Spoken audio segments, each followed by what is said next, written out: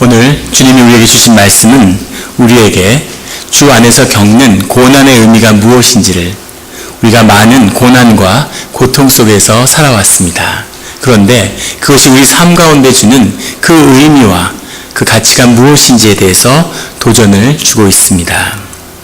오늘 45장 1절 말씀을 보면 요셉이 시종하는 자들 앞에서 그 정을 억제하지 못하여 소리질러 모든 사람을 자기에게서 물러가라 하고 그 형제들에게 자기를 알리니, 요셉이 자기 삶 가운데서 이제 형제들과, 잃어버렸던 형제들과 만나는 장면입니다. 이미 22년의 세월이 흘렀고 그 세월 끝에서 자신의 꿈이 이루어졌죠. 형들이 자기에게 다 절을 하게 될 거라는 그 꿈 얘기를 했다가 이 삶의 이 모든 여정이 시작되었습니다. 그런데 그 꿈은 주 안에서 이루어졌죠. 그런데 이제 형제를 마주하고 있는 겁니다. 왜 요셉은 총리가 돼서 9년이나 지나서 형들이 자신에게 찾아올 때까지 형제를 찾지 않았을까요? 요셉이 자기의 가족과 형제들을 찾으려고만 했으면 얼마든지 찾을 수 있었을 겁니다. 총리가 되는 첫 해에 사람들을 보내서 금방 알아볼 수 있었겠죠. 형들을 보고자 하면 신하들을 보내서 얼마든지 데려오고 싫다고 해도 잡아올 수도 있었을 겁니다. 그런 힘과 권세를 다 가지고 있는데 형제들을 잊고 지낸 거죠. 그 마음 가운데는 그 깊은 상처 속에서 형제들을 아마 보고 싶어 하지 않는, 가족을 잊고 싶어 하는, 잊고 싶은, 잊을 수 없었겠죠. 하지만 잊고 없는 것처럼 살고 싶은 그런 요셉의 마음이 있었을 겁니다.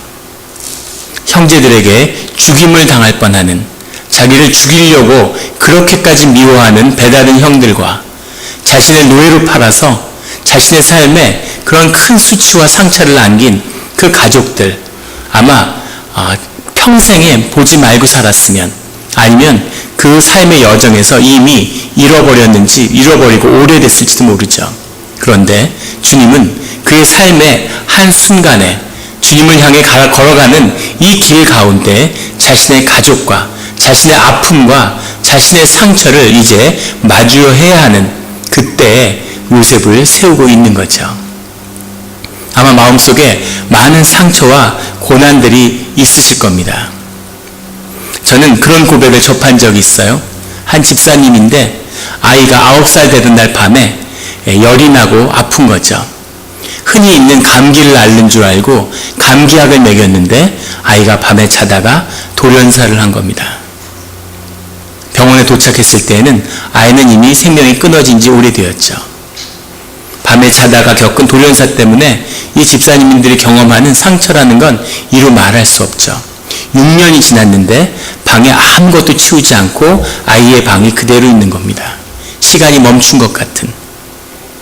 아이를 잃어버렸다는 것도 아프지만 주님이 왜 아이를 지켜주지 않으셨는지, 왜 아이를 그렇게 데려가셨는지 이중의 아픔을 겪고 있는 거죠. 그 삶에 앞으로 어떤 축복과 어떤 보상이 있으면 그 아이를 잃은 아픔을 대신해 줄 수 있을까요? 아이를 10명을 더 얻은들, 세상에 무슨 영광과 축복을 더한들 그 아픔을 세상에 어떤 것이 대신해 줄 수 있겠습니까? 그 아픈 못에 찔려서 신음하고 고통하면서 평생을 살아가고 있는 거죠. 또 다른 아픔과 수치는 심지어 우리가 기억하지 못하는 우리 삶 속에 남아서 우리 삶을 오랜 시간 힘들게 하기도 합니다. 제가 알던 한 권사님은 그런 고백을 들은 적이 있어요. 이분은 굉장히 멋쟁입니다. 옷을 좋아하고 항상 옷을 이렇게 바꿔 입으세요. 패셔니스타라고 막 사람들이 이렇게 칭찬하고, 근데 매번 다른 옷을 입으시는 거예요. 근데 아주 사업적으로 크게 성공하고 부유한 분인데 그 집에 가면 큰 방이 웬만한 사람 아파트 같은 크기의 그런 옷장이 있는 거죠. 워킹 클로짓이 있는 겁니다. 거기에 수많은 옷이 있는데 그 옷들의 한 절반은 한 번도 입어보지 않은 태그가 그대로 달려있는 새 옷들인 거죠. 그래서 옷을 왜 이렇게 갖고 있느냐고 그러는데 그 옷을 이렇게 밖으로 돌려주려고 가신다는 거예요. 그래서 3벌을 돌려주면 5벌을 새로 사오는 거죠. 그래서 옷을 돌려주고 새 옷을 사고 또 돌려주고 새 옷을 사고 이런 것으로 많은 시간을 보내셨다는 그런 고백을 하시더라고요. 그래서 이분이 어느 날 내가 왜 이러지? 쇼핑 홀릭인가? 내가 물건 사는데 옷에 중독됐나? 이런 마음이 들어서 이제 옷을 그만 사야지. 그런데 그게 뜻대로 안 되더라는 거죠. 왜 그럴까? 왜 그럴까? 그래서 그 문제를 주님 앞에 놓고 기도하는데 주님이 그 기도 가운데 놀라운 과거의 기억을 떠올리게 하셨다는 겁니다. 이분은 딸이 5인데 둘째 딸로 태어났대요. 옛날에 딸로 태어난 것도 서럽던 시절에 딸이 5인 집에 둘째로 태어난 겁니다. 얼마나 보잘것없는 자리입니까? 형제가 여럿이면 그 형제의 역할들이 있죠. 막내는 귀염둥이가 돼야 되고 마지는 자랑스러운 자녀가 돼야 되죠. 근데 둘째는 장녀가 마지가 반짝반짝 빛나게 해줄 수 있는 천덕꾸러기가 돼야 되는 거죠. 그게 싫어서 언니와 싸우고 부모하고도 불협화음을 일으키는 그런 자식으로 자라나는 거죠. 부모가 보기에 큰 딸만큼 예쁘지도 않고 공부도 잘하지 않는 거기다 둘째 딸 아무 관심을 받을 수가 없는 겁니다. 그래서 자라면서 한 번도 새 옷을 가져본 적이 없대요. 근데 꼭 둘째 딸이라서가 아니라 저도 아이를 새 키우지만 둘째 셋째한테는 웬만해서는 옷을 안 사줍니다. 다 물려 입게 되고 특히 막내는 이제 걔가 입으면 더 입을 사람이 없고 빨리 크니까 웬만해서는 옷을 사주지 않는 거죠.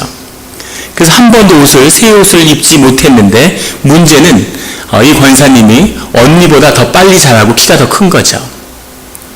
그래서 입을 옷이 없는 겁니다. 교복을 입던 시절인데 어느 날 고등학교를 갔는데 겨울이 됐는데 옷이 없는 거죠. 언니가 입던 코트를 물려 입어야 되는데 작아서 못 입는 겁니다. 학교를 가는데 공교롭게도 월요일 아침 조회를 하는데 눈이 내렸답니다. 첫눈이 날리는데 눈이 날리는 그 교정에 유일하게 코트를 안 입은 사람이 자기 자신이었다는 거죠. 교복만 입고 서 있는데 마치 벌거벗고 서 있는 것처럼 그렇게 수치스럽고 창피하고 큰 상처가 됐대요. 그런데 그 상처를 감당할 수 없기 때문에 자신의 의식이 그 기억을 무의식에 짓밟아 버린 거죠. 잊어버린 겁니다. 이런 일은 없었어. 내 기억에 그런 일은 없어. 그런데 그 얼어붙은 기억이 자신의 무의식 속에서 계속 떠돌면서 자기의 삶을 고통스럽게 만드는 거죠. 삶의 어느 순간에는 그 기억을 마주해야 하는 그 순간의 때가 오는 겁니다. 요셉은 바로 인생의 아주 그런 중요한 때에 마주 서 있는 거죠. 자기를 죽이려고 했던, 자기를 노예로 팔아버린 그런 형제들과 화해를 이루어야 하는 그 순간에 서 있어요. 어떻게 그 화해를 이룰 수 있을까요? 이걸 용서할 수 있을까요? 용서한다고 13년 동안 노예로 죄수로 살았던 그 삶을 보상받을 수 있겠습니까? 그 아름다워야 할, 인생에서 가장 반짝반짝 빛나야 할 그런 청소년기를 노예와 죄수로 살았습니다. 그 형들을 어떻게 용서할 수 있을까요?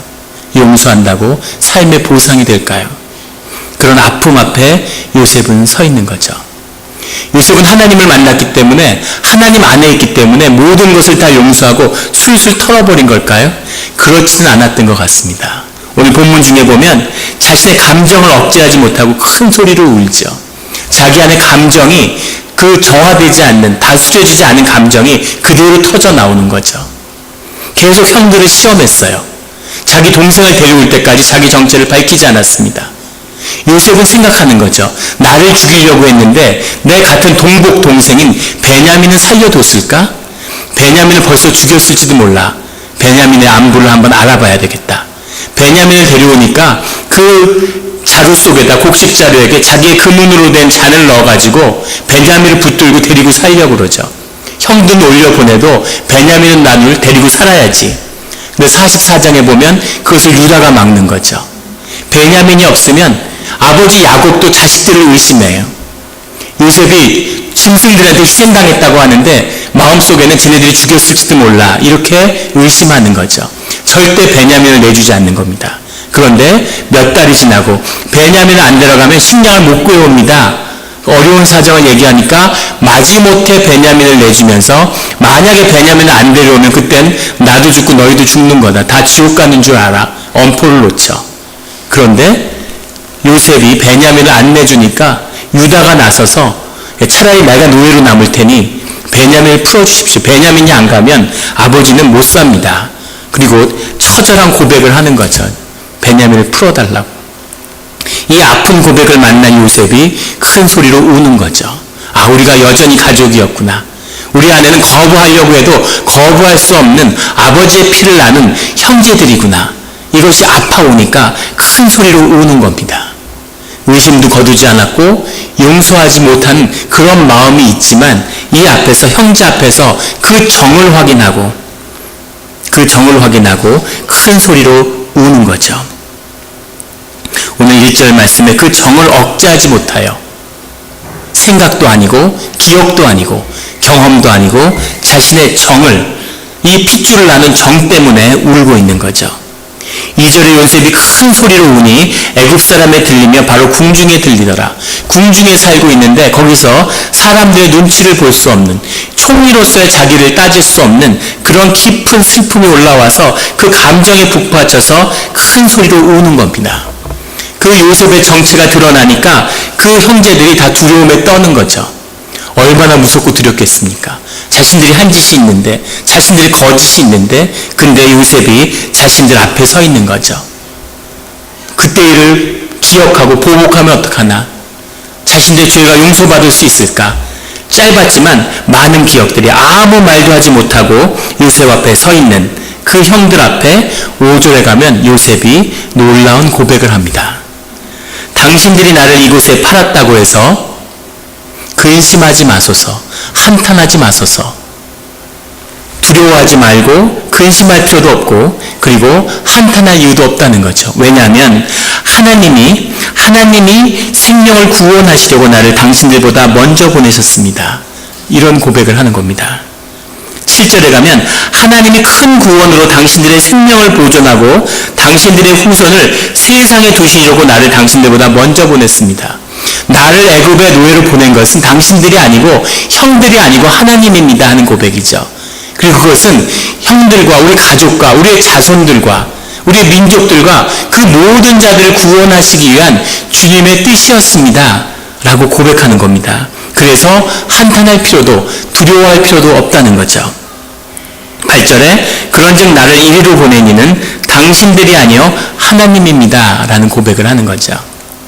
내 삶에 이루어진 일, 내 삶의 모든 아픔과 경험, 내 삶의 모든 수치와 그 근심들은 다 사실은 주님께서 주님의 목적에 따라서 주님의 뜻을 이루기 위한 그 과정 중에 계신 것이었습니다 라고 고백하는 겁니다. 주님을 만났기 때문에 주님의 이름으로 그 일들을 용서하고 받아들이고 형제와 연합할 수 있는 것이죠. 주님의 이름으로 했다고 해서 이 일이 쉬웠을까요? 이 일이 얼마나 어려운 일이었겠습니까? 이삭은 자기의 이복 형제인 이스마엘과 평생 그 갈등을 풀지 못했습니다. 야곱은 에서와 그 갈등을 평생 풀지 못하고 따로 살았죠. 그 갈등이 그 뒤에 예루살렘의 멸망 때까지 이어지게 됩니다. 이스마엘과 이삭의 갈등은 오늘까지도 아랍권과 이 기독교권의 갈등으로 이어지고 있죠.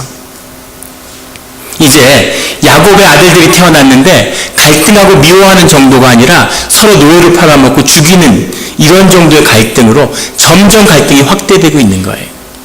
형제의 갈등을, 삼촌끼리 싸우는 것을 보고 자란 세대가 다음 세대에 그 갈등을 점점 더 증폭시키고 있는 거죠. 그 한가운데 요셉이 서 있는데 요셉이 주 안에서 자신의 소명으로 자신이 받았던 모든 아픔과 수치를 받아들이고 용서하는 겁니다. 이것이 요셉의 삶의 답이 된 것이죠. 삶에 우리가 어떤 보상이 우리 삶을 채울 수 있을까요? 우리 삶에 보는 아픔 중에 어떤 것으로 우리의 그 아픔을 지울 수 있겠습니까? 그 무엇으로도 할 수 없지만 주님이 그 답이 되어주실 수 있다는 거죠. 믿으시는 분은 아멘 하시기 바랍니다. 주님만이, 이것이 하나님이 주시는 능력이고 하나님의 신비죠. 하나님이 우리의 삶을 붙잡을 때 그것이 우리 삶의 답이 될 수 있다는 거죠. 하나님이 우리 삶을 채우실 때 우리 삶의 과거에 있었던 모든 아픔을 주님이 치유하실 수 있다는 겁니다. 주님이 우리를 채우실 때 주님 안에서 그것이 우리 삶의 목적이고 이유로서 우리의 삶을 충분히 채워줄 수 있다는 거죠. 그 모습이 어떤 것이었는지를 오늘 요셉은 자신의 고백을 통해 보여주고 있습니다. 8절에 하나님이 나를 바로에게 아버지로 삼으시고 그 온 집의 주로 삼으시며 애굽 온 땅의 통치자로 삼으셨나이다. 바로의 신하입니다. 총리가 아무리 높아도 바로의 신하죠. 바로는 살아있는 신이에요. 애굽을 다스리고 그 당시에 세계를 다스리는 그런 최고의 권위를 가진 생존한 신입니다. 그런데 요셉이 뭐라고 얘기를 하냐면 나를 바로의 아버지로 삼았습니다. 이렇게 고백하는 거죠. 바로의 아버지로 삼고 온 집의 주인으로 하나님이 나를 삼으셨습니다. 이런 자존감, 이런 사람을 보셨습니까? 이런 고백을? 노예로 살았는데 그 사회 밑바닥에 있었는데 이제 바로에게 신을 봐서 바로를 위해 일하는데 내가 영적으로는 바로의 아버지입니다. 그렇게 고백하는 거죠. 가게에서 일하는데 사장님한테 매일 구박득 받고 사장님 눈치 보면서 일하는 점원이 매일 기도하면서 주인을 위해 기도하면서 하나님이 나를 사장님의 아버지로 삼으셨습니다. 제가 이 가게의 주인입니다. 이 가게의 모든 것을 내가 하나님 안에서 주관합니다. 이런 자존감을 가진 점원을 상상할 수 있을까요? 요셉이 그런 회복이, 그런 자기의 정체성이 요셉을 주장하고 있는 거죠. 주님이 함께 하시기 때문에 내가 바로를 섬기지만 영적으로는 바로의 아버지인 거죠. 바로를 치유하고 바로를 회복시키고 바로로서서 하나님이 이루고자 하는 그 일을, 그 구원의 큰 경륜을 이루어가는 그 일을 위해서 바로와 나를 같은 동역자로 세웠습니다. 내가 바로를 영적으로 지도하고 있습니다. 이 땅의 통치자가 접니다. 주님 앞에서 드릴 수 있는 그 고백입니다. 주님을 붙잡은 자만이, 주님이 그 삶을 채운 자만이 드릴 수 있는 고백이죠. 오늘 요셉이 보여주는 또 하나의 중요한 구원의 경륜은 요셉이 형제와 회복함으로 인해서 이제 가족을 구원하기 위해서 보냈던 그 여러 세대의 사역이 끝이 나고 이제 민족을 구원하는 완전히 다른 차원의 사역으로 이 이야기가 넘어간다는 거죠. 큰 민족을 이루고 이제 하나님이 다음 세대에 모세를 불러서 민족을 구원하는 놀라운 새로운 단계의 구원으로 우리를 인도하신다는 겁니다. 이삭도 풀지 못했고 야곱도 풀지 못했죠. 하지만 요셉이 푼 것입니다. 요셉이 그것을 풀었기 때문에 가족의 구원이 끝이 나는 거죠. 요셉이 그것을 풀었기 때문에 갈등하고 싸워왔던 그 많은 그 갈등들이 이제 해결이 되는 거죠. 서로 자식들끼리 죽일까 의심받고 노예로 팔아먹고 부모가 자식을 의심하고 이런 가정에 12아들이 한 민족의 12지파로 세워지게 되는 겁니다. 이스라엘 민족의 그 골간으로 세워지게 되는 거죠. 이것이 주님이 요셉을 통해 이루시는 더 큰 사역입니다. 한 사람이 자신의 아픔 속에서 누구해야 하는 것, 이것이 쉬운 일이었겠습니까? 그런데 주님의 이름으로 용서하고 주님 안에서 화해를 이루니까 주님이 요셉의 삶 위에 놀라운 구원의 역사를 이루었다는 거죠. 이것을 바라보는 요셉은 이제 자신의 삶이 얼마나 가치 있고 의미 있는 것이었는가를 알게 되는 거죠. 비로소 이때 치유가 임하는 거죠. 그 하나님이 이루는 놀라운 역사에 쓰임받은 것으로 내 삶이 참 귀하고 가치 있고 보람이 있었구나. 그 놀라운 구원의 드라마의 주인공으로 하나님이 나를 세워주셨구나. 감사하구나 하는 거죠. 우리 교회 가운데 지난 시간 많은 갈등과 아픔과 상처가 있습니다. 다 아픈 기억이 있고 억울한 일이 있고 또 충분히 변명할 만한 이유들이 있죠. 그리고 계속 미워한다고 해서 하나도 이상할 일이 없는 그런 아픔들이 우리 안에 있습니다. 이 아픔을 우리 세대에 해결하지 못하면 다음 세대가 또 다시 이 아픔을 안고 아파하는 거죠. 우리에게 해결하지 않는, 충분히 아파하지 않고 충분히 해결되지 않는 그 아픔이 우리가 그냥 없는 것처럼 눌러버린다면 또 언젠가 시간이 지나면 다시 스물스물 살아나서 우리를 괴롭히는, 공동체를 파괴하는 그런 힘으로 작용하게 되겠죠. 그러나 우리가 예수 그리스도의 이름으로 그 보혈의 능력으로 그 아픔을 우리가 용서하고 그 아픔을 마주하고 그 상처와 화해할 수 있다면, 우리의 죄가 주님 앞에서 용서받아서 그 용서받은 죄인으로 내가 내게 상처 준 자를 용서할 수 있다면 우리 교회 가운데 하나님의 놀라운 새로운 역사가 시작될 줄로 믿습니다. 우리의 인생의 참된 의미는 무엇일까요? 이미 나서 수많은 아픔이 있고 상처가 있고 도대체 여기 왜 왔을까? 왜 이런 일을 경험해야 했을까? 좌절하고 부끄러움이 있고 그것을 지워버리려고 내 무의식 속에 깊이 묻어버렸을 수도 있겠죠. 하지만 우리가 살아가는 삶의 참된 목적은 우리의 깨진 꿈, 내 꿈이 깨진 자리에서 예수님의 그리스도의 새로운 꿈을 만나는 것입니다. 그 꿈을 발견하고 그 꿈으로 나아갈 때 우리 삶의 새로운 의미와 살아야 될 이유와 가치와 내가 알지 못할지라도 나의 그런 하나님을 향한 고백과 순종 위에 역사하는 큰 하나님의 구원의 경륜을 경험하는 그 길이, 그 능력이, 그 축복이 우리 영락 공동체와 우리의 가정과 우리의 자녀들에게 열리기를 예수 그리스도의 이름으로 축원합니다. 기도드리시겠습니다. 하나님 아버지 감사합니다. 지난 시간 우리가 타향에 와서 많은 아픔과 좌절 속에 살았음을 주님 앞에 고백합니다. 또 우리 가족 가운데 또 우리의 공동체 가운데 많은 상처와 아픔이 있었음을 주님이 아십니다. 사실은 사랑하기 때문에 내 삶에 너무 소중하기 때문에 그래서 아팠고 그래서 미웠고 그래서 용서할 수 없는 큰 상처가 됐음을 주님이 아십니다. 오늘 우리에게 용기를 주시고 우리가 주님 앞에서 주님의 이름으로 그 아픔과 마주할 수 있게 하여 주시옵소서. 그 상처를 대면하게 하여 주시옵소서. 그리고 주님의 이름으로 용서하게 하여 주시옵소서. 내가 주님의 이름으로 용서할 때 주님의 큰 용서가 우리의 삶에 우리 공동체 가운데 임하는 줄 믿습니다. 우리가 삶 속에서 좌절하고 우리의 깨진 꿈 때문에 오랜 시간 울고 아파했습니다. 나 자신을 위해서 우는 그런 삶이 아니라 주님의 꿈 때문에 주님의 깨어진 그 심령 때문에 아파하고 우는 그런 삶의 자리로 나아가게 하여 주시옵소서. 존귀한 것이니 교회와 우리의 삶은 존귀한 것이니 그 존귀함이 드러나는 우리 자녀에게 우리의 신앙이 축복의 유산이 되는 그런 일들을 보게 하여 주시옵소서. 하나님 아버지 감사합니다. 새로운 꿈에 붙들림 받으며 주님의 길로 나아가는 주님의 빛의 자녀들이 되게 하여 주시옵소서. 감사드리며 예수 그리스도의 이름으로 기도드렸습니다.